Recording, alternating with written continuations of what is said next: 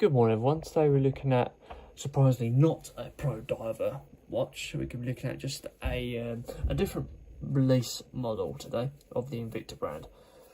So initially look at the box, got the Invicta embossed side as you can see here, with the Invicta embossed logo as well.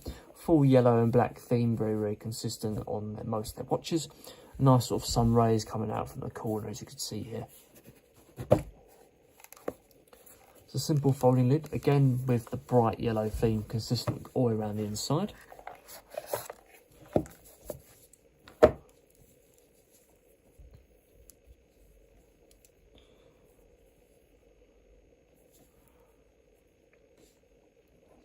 So here we go guys, this is the Invicta Objet D Art 47mm.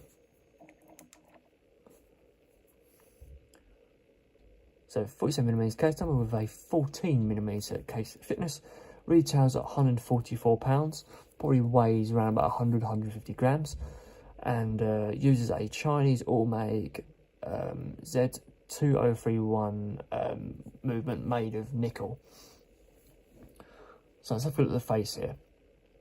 Now you might be thinking, right, this is an Invicta watch, so why has it got an Ingersoll face? Good question, and I don't know the answer. Got a very nice sort of sharp increments going around here. I quite like those because it really sort of adds, I feel like it adds emphasis to the actual centerpiece, to the dial. Roman numerals tucked around the side of the actual watch, but the watch does sit quite big. You can see it looks massive. Full skeletal view of the movement going on in the back there, and overall the watch looks the watch looks very busy. It's got a dual time capability as well. Oh, sorry, not dual time capability. Is it dual time? Yeah, there is a dual time clock here on the left. So you've got two ways of tracking time.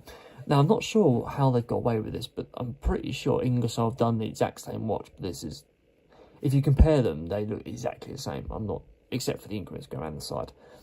You'd be the Ingersoll. This bit in the middle would be enlarged to fill the entire watch. So I don't understand how they've got away with that, but it's not my area to question that. You've got flame infused crystal going over the top of the actual watch, 50-meter water resistance as well. Nothing inside the actual face of the watch, no markings or anything like that. Yeah, it's a really nice addition of this watch. I like the little extras around the side. It just makes that Ingersoll, I think it looks a little bit better than the Ingersoll, the what's it called? Ingersoll the Jazz. That's the watch it looks like. Basically it's Ingersoll the Jazz bit in the middle with the outside piece around the side. So coming out to the casing, you've got full stainless steel PVD rose gold plating on the actual side of the casing for the watch here. A very nice audible sound to the bit loud, very nice audible sound though to the wind up.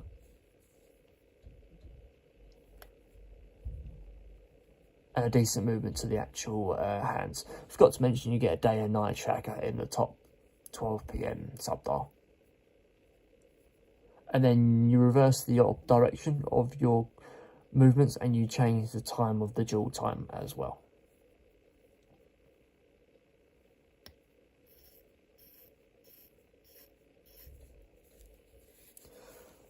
So coming down to the strap, you've got a 24mm crocodile leather, sort of a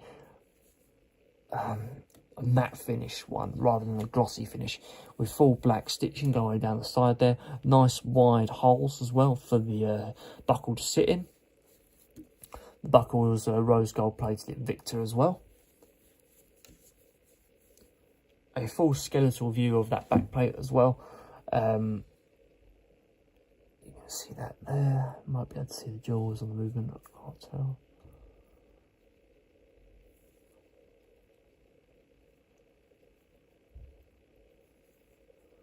No sort of quick release options on the strap unfortunately, but no matter.